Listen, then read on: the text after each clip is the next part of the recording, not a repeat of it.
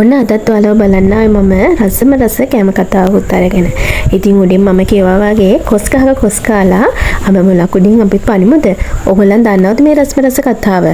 මෙන්න මෙහෙමයි මේ කතාව විස්තරي. මමත් මේක දැනගත්තේ මගේ අම්මගෙන්. ඉතින් අම්මටත් කියන්න නැති අම්මගේ අම්මා කියලා මම ගොඩාක් තදින්ම විශ්වාස කරනවා.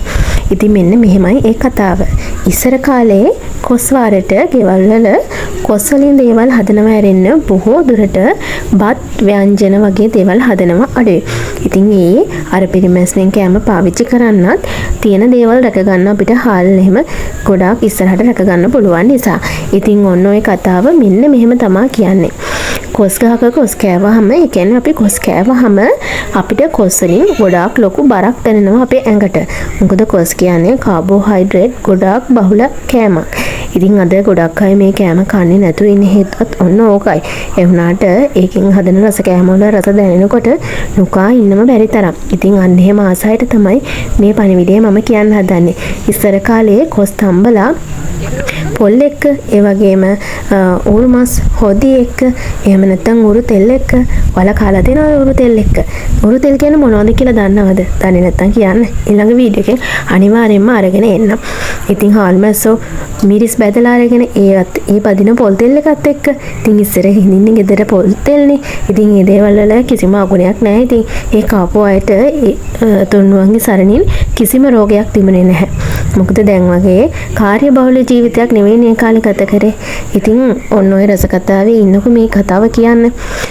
මේ කොස් කෑවට අර අඹ කරි එකක් හදාගත්තාම ඒ අර අපිට දැනෙන අපහසුතාවය ඒ අඹ වලින් මග හැරෙනවා. අඹ වලින් ඉක්මනට බඩගින්නක් දැනෙනවානේ. අන්න හේතුව නිසා තමයි කොස් ගහක කොස් කාලා අඹ මුලක් උඩින් පරිමු කියන්නේ. ඉතින් අඹ කෑල්ලක් එකතු කරගත්තත් ඇති කොස් කන වෙලාවට එතකොට මේ ජීර්ණය ඉක්මනින්ම පහසු කරනවා අඹ වල තියෙන තන්තු වගේ දේවලුත් එක්ක. ඉතින් ඔයාලටත් පුළුවන් හැම වෙලාවකම කොස් කන්න කැමති ඩයට් කරන ඔයාලට හොඳම දෙයක් තමයි අඹ කරි එකක්.